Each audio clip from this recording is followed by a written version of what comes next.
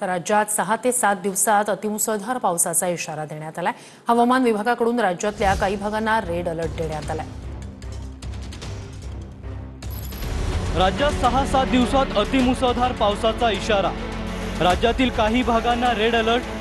महाराष्ट्रात 6-7 दिवसात अतिवृष्टी सदृश्य ते अतिमुसळधार पावसाचा अंदाज। हवामान विभागाकडून राज्यातील अनेक भागांना रेड अलर्ट। महाराष्ट्रासह केरळ, कर्नाटक, गोव्यातही अतिमुसळधार पावसाची शक्यता।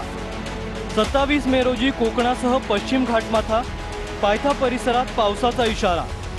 27 मे ते 2 जून या काळात मध्य महाराष्ट्रासह कोकणात पावसाचा इशारा। 27 मे ते 2 जून या काळात मध्य महाराष्ट्रासह कोकणात पावसाचा इशारा। विजांच्या कडकडाटासह मुसळधार पावसाचा हवामान विभागाचा अंदाज। 40 ते 50 किमी प्रति तास वारे वाहतील असाही अंदाज।